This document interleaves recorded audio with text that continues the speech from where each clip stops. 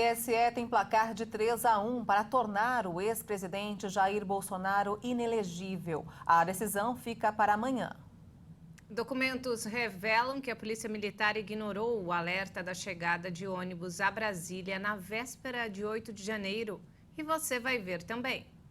Conselho Monetário Nacional mantém alvo da inflação em 3% para 2026 e adota a meta contínua a partir de 2025.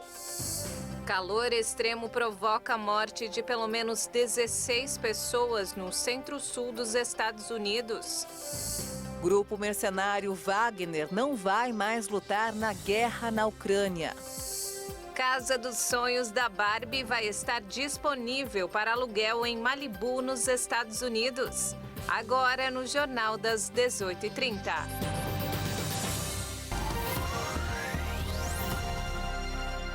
Olá, boa noite. São 18h33 pelo horário de Brasília. Boa noite. Você acompanha agora as principais notícias do Brasil e do mundo desta quinta-feira. O TSE suspendeu a sessão com 3-1 para tornar o ex-presidente Jair Bolsonaro inelegível. O ministro e relator Benedito Gonçalves, Floriano Marques e André Tavares votaram pela condenação de Bolsonaro. Já o ministro Raul Araújo divergiu.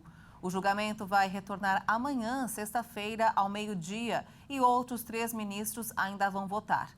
Se inelegível, o ex-presidente Jair Bolsonaro não poderá se candidatar ao cargo por 8 anos. O ministro André Ramos Tavares, do Tribunal Superior Eleitoral, proferiu o 3º voto pela condenação e, na sequência, a sessão foi suspensa. Os 7 magistrados julgam a conduta do representante de extrema-direita durante reunião realizada com embaixadores em julho do ano passado no Palácio do Alvorada para atacar o sistema eletrônico de votação. A legalidade do encontro foi questionada pelo PDT. Tavares condenou o ex-presidente por abuso de poder político e uso indevido dos meios de comunicação pelo uso da TV Brasil, emissora pública, para transmitir o evento. O juiz afirmou que os ataques feitos eram comprovadamente falsos contra a urna eletrônica com finalidade eleitoral. Enquanto era julgado em Brasília, o ex-presidente viajou da capital para o Rio de Janeiro e falou com a imprensa ao desembarcar.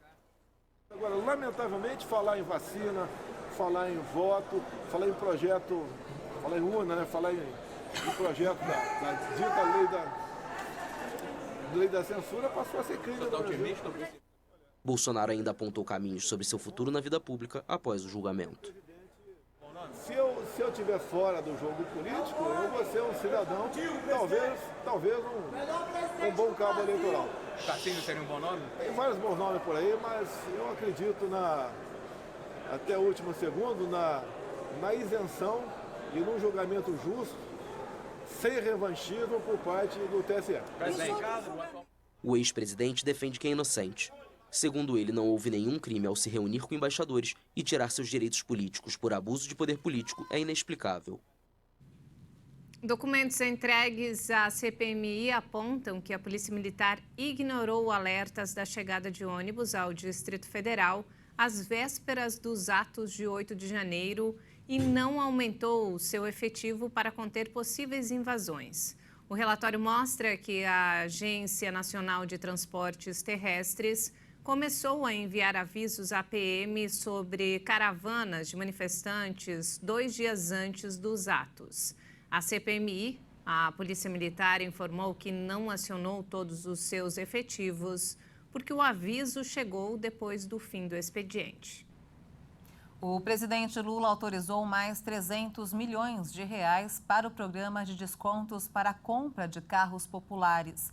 O valor vai ser somado aos 500 milhões que haviam sido liberados inicialmente pelo governo. O presidente Lula decidiu autorizar a liberação de mais 300 milhões de reais para o programa de incentivo à venda de carros populares no Brasil. Com um montante de 500 milhões liberados antes, somam um total 800 milhões de reais. Os ministérios da Fazenda e do Desenvolvimento, Indústria e Comércio já estão elaborando uma nova medida provisória para liberar os 300 milhões de reais extras. A MP deve ser publicada nos próximos dias. A ideia é que o novo valor liberado pelo governo Lula siga as regras já vigentes no programa, ou seja, os descontos concedidos pelas montadoras em troca de créditos tributários com a União só devem valer para veículos de até R$ 120 mil. A decisão de liberar mais recursos para o programa foi tomada em reunião de Lula com o vice-presidente e ministro do Desenvolvimento, Indústria e Comércio, Geraldo Alckmin, e o ministro da Fazenda, Fernando Haddad. E a partir de hoje, a conta de luz vai ficar mais barata em 3 estados.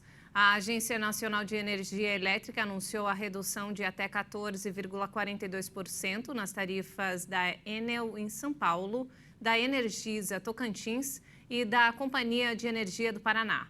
Os clientes de alta tensão serão os maiores beneficiados e vão ter desconto com reajuste médio de 6,10% e para a baixa tensão de 0,97%.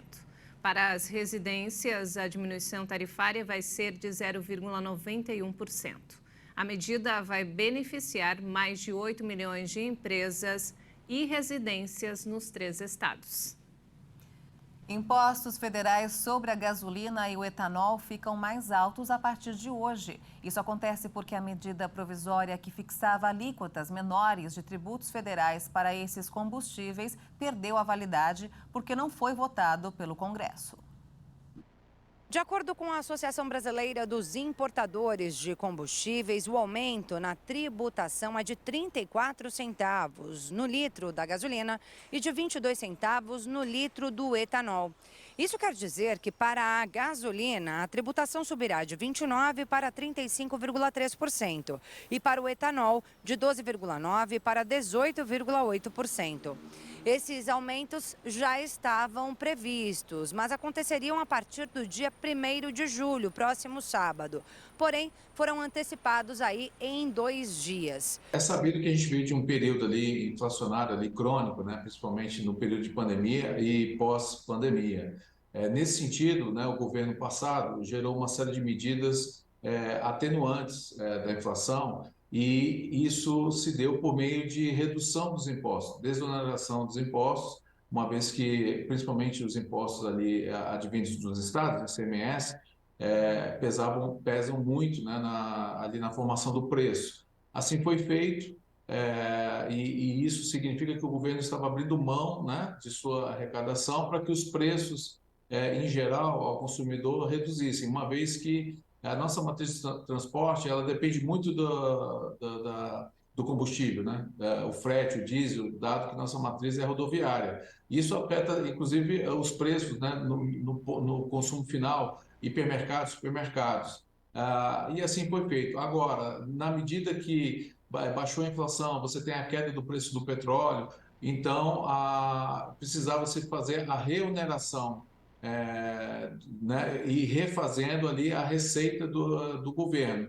Agora o governo busca uma compensação sobre os estímulos que foram colocados na compra dos carros novos. Então, na medida que ele gerou subsídios e o governo não tem espaço para gastar nesse momento, então ele quer gerar uma compensação. O Conselho Monetário Nacional manteve hoje o alvo da inflação em 3,3% para 2026, com margem de 1,5 ponto percentual para cima ou para baixo, e aprovou a adoção da meta contínua almejada pelo Banco Central a partir de 2025. Fazem parte do colegiado os ministros Fernando Haddad da Fazenda e Simone Tebet do Planejamento e Orçamento, além do presidente do Banco Central, Roberto Campos Neto. Atualmente, a meta de inflação é definida seguindo o ano calendário. E vamos agora ao mercado financeiro. O dólar não conseguiu sustentar o tom positivo visto na maior parte do dia e fechou a sessão desta quinta-feira bem próximo da estabilidade. O mercado também avaliou falas do presidente do Federal Reserve, o Banco Central Americano, que indicam que a instituição pode promover novas altas nas taxas de juros dos Estados Unidos. A moeda norte-americana recuou 0,01% e encerrou o dia cotada a R$ 4,84 na venda. E o brasileiro aumentou em 80% suas transações bancárias em 2022 em relação ao ano anterior. Os dados foram divulgados pela Febraban Tech. A pesquisa Febraban de tecnologia bancária mostrou que 8 em cada 10 operações são digitais. Os aparelhos celulares são responsáveis por 66% de todas as operações feitas no país. Em 2022, os brasileiros fizeram 163 bilhões e 300 milhões de transações nos vários canais de atendimento disponibilizados pelos bancos, representando um aumento de 30% ante 2021. Uma taxa de crescimento recorde. A pesquisa também mostrou um aumento de 531% nas transações de pagamentos realizadas através do WhatsApp, ferramenta disponibilizada pelo Banco Central em março de 2021. O levantamento revelou recuo nas transações feitas pelos brasileiros presencialmente nas agências bancárias de 3 bilhões e 300 milhões para 3 bilhões e 200 milhões. E hoje, o canal representa apenas 2% do total. E o programa do governo federal Voa Brasil, que vai oferecer viagens aéreas a R$ 200, vai operar a partir de um aplicativo em agosto. Os passageiros que se enquadrarem nos requisitos terão opção de datas e voos para 4 viagens ao ano. Outra novidade é um mecanismo de cashback, onde as taxas de embarque serão devolvidas aos viajantes. A ideia do programa é diminuir assentos ociosos nas aeronaves. E veja a seguir, grupo mercenário Wagner não vai mais lutar na guerra na Ucrânia. E ainda, a Casa dos Sonhos da Barbie vai estar disponível para aluguel em Malibu, nos Estados Unidos. Nós voltamos em instantes, até já.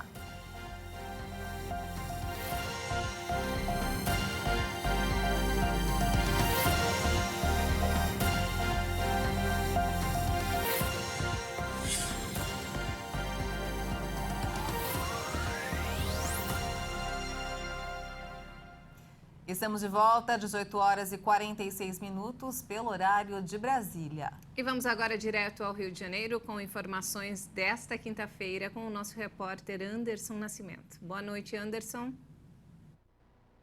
Boa noite, Maria Alice e Juliana. Rio e mais 8 cidades da região metropolitana encolheram em população.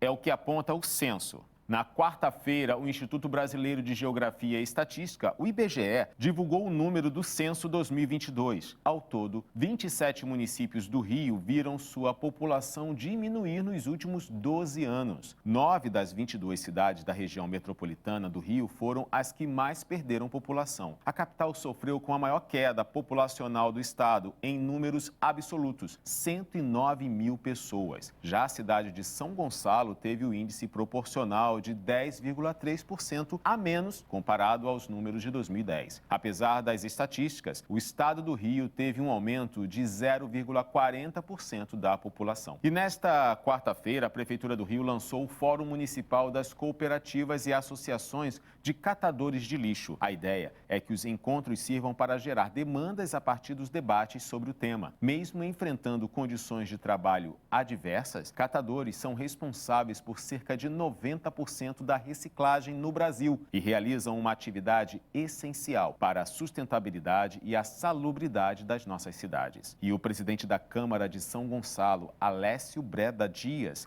é cassado por fraude eleitoral. Seus 3 suplentes, Tiago de Araújo Silva, Hugo Correia da Cruz e Alberto Freitas Grilo, também vão ter os mandatos cassados. A Justiça Eleitoral informou que o presidente e outros 40 políticos vão ficar inelegíveis por 8 anos. Eles são acusados por irregularidades que ocorreram nas eleições de 2020, por fraudarem o cumprimento da cota percentual de gênero, já que a legislação eleitoral prevê que 30% dos candidatos de cada partido sejam mulheres. Eu fico por aqui e amanhã eu volto com mais informações do Rio. Até lá.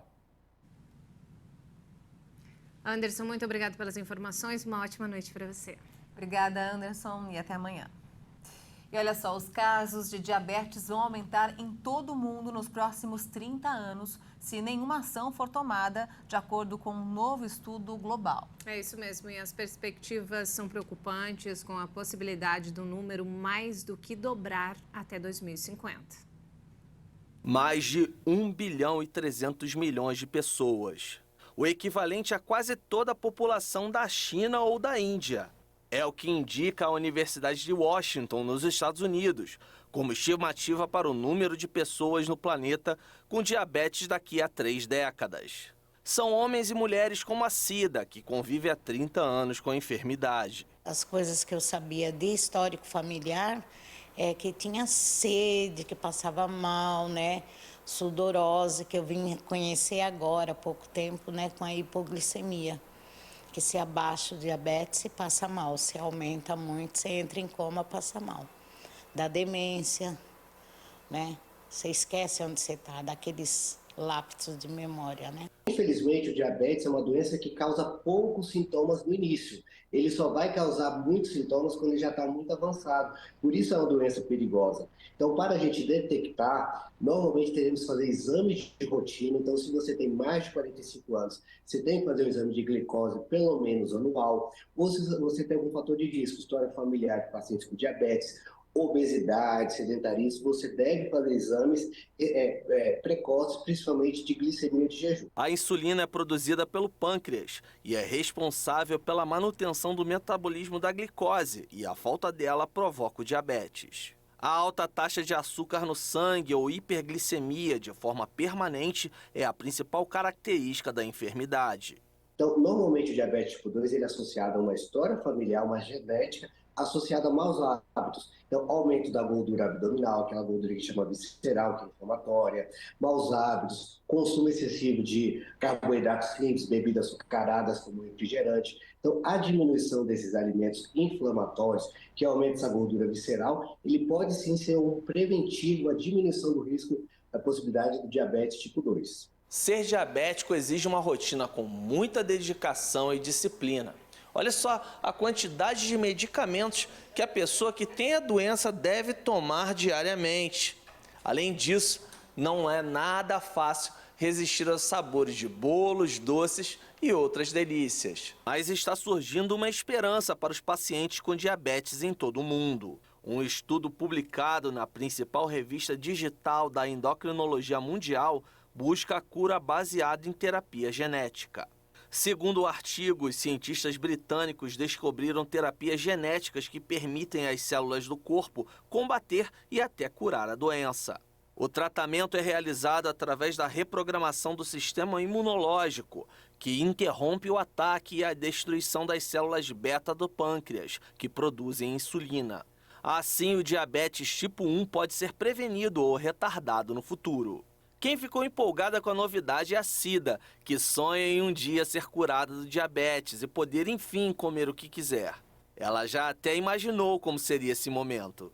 Eu sonhava com um sorvete enorme, maior que eu, que parecia que ia me abraçar. Com aquelas cerejas, sabe? Aquelas coisas. Já falei para os médicos que eu não consigo. Eu amo um pãozinho francês no café da manhã. Entrar numa doceria muito famosa, com aqueles melhores doces e comer. Gastaria o salário com doce. E nos destaques internacionais, pelo menos 16 pessoas morreram por causa da onda de calor extremo no centro-sul dos Estados Unidos. Só no estado do Texas, um dos mais afetados pelas altas temperaturas, 13 pessoas morreram. A maioria das vítimas tinha entre 60 e 80 anos. Autoridades disseram que os últimos dias foram de temperaturas sem precedentes, passando da casa dos 45 graus em várias cidades. As outras mortes foram registradas na Flórida e Louisiana. Mais de 79 milhões de americanos estão em alerta para as altas temperaturas, que devem persistir pelo menos até sábado. Para piorar, a fumaça dos incêndios no Canadá voltou a atingir os Estados Unidos. O governo pediu que 100 milhões de pessoas evitem sair de casa e centenas de voos foram cancelados. E ainda nos Estados Unidos, o Centro de Controle de Doenças emitiu um alerta após a confirmação de 5 casos de malária. Não havia registro da doença no país nas últimas 2 décadas.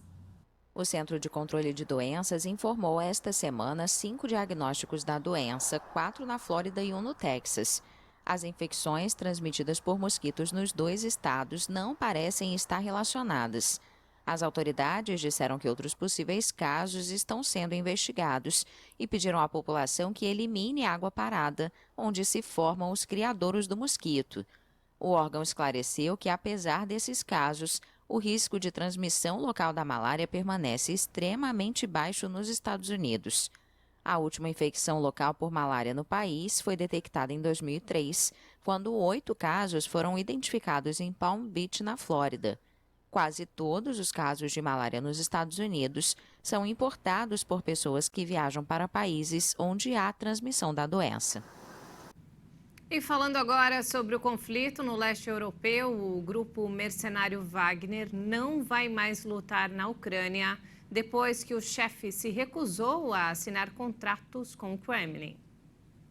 Mercenários do grupo Wagner participaram de muitos conflitos no país, incluindo a tomada da cidade de Bakhmut, depois da batalha mais longa da guerra, uma das mais sangrentas. O Kremlin se recusou a responder perguntas sobre o general Sergei Surovikin, que não é visto desde o motim do grupo Wagner.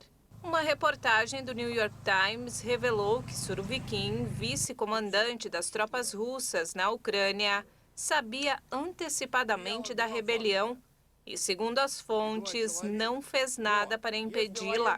Em Bruxelas, líderes da União Europeia e o secretário da OTAN, Jens Stoltenberg, se reuniram hoje para discutir mais apoio à Ucrânia e falar nos efeitos do motim do grupo Wagner contra o governo russo. E olha só, já se imaginou se hospedar em uma mansão cinematográfica de graça em um final de semana? Pois é, Ju, em Malibu, na Califórnia, a Casa dos Sonhos da Barbie, da vida real, está abrindo suas portas para 2 pernoites em julho. E a hospedagem inédita acontece antes do lançamento do tão aguardado filme da Barbie nos cinemas. A mansão à beira-mar, decorada em rosa choque, possui uma piscina, toboágua e várias áreas de relaxamento. Os fãs da boneca vão poder passar a noite no quarto com tema de cavalo, pertencente ao namorado de longa data da Barbie, o Ken. Todas as estadias serão gratuitas, porque, de acordo com um comunicado de imprensa do Airbnb, Ken não conseguia descobrir como colocar um preço na Malibu Dream House da Barbie. Afinal, a coisa de Ken é praia e não matemática. O longa-metragem será dirigido por Greta Gerwig. Que casa linda, hein? Pois é, né? Super moraria. Casa dos sonhos da Barbie de muitas meninas por aí. Com certeza. E não temos mais tempo, essa edição fica por aqui. Mais informações ao longo da nossa programação. Ótima noite para você. Obrigada pela sua companhia, uma boa noite para você e até amanhã.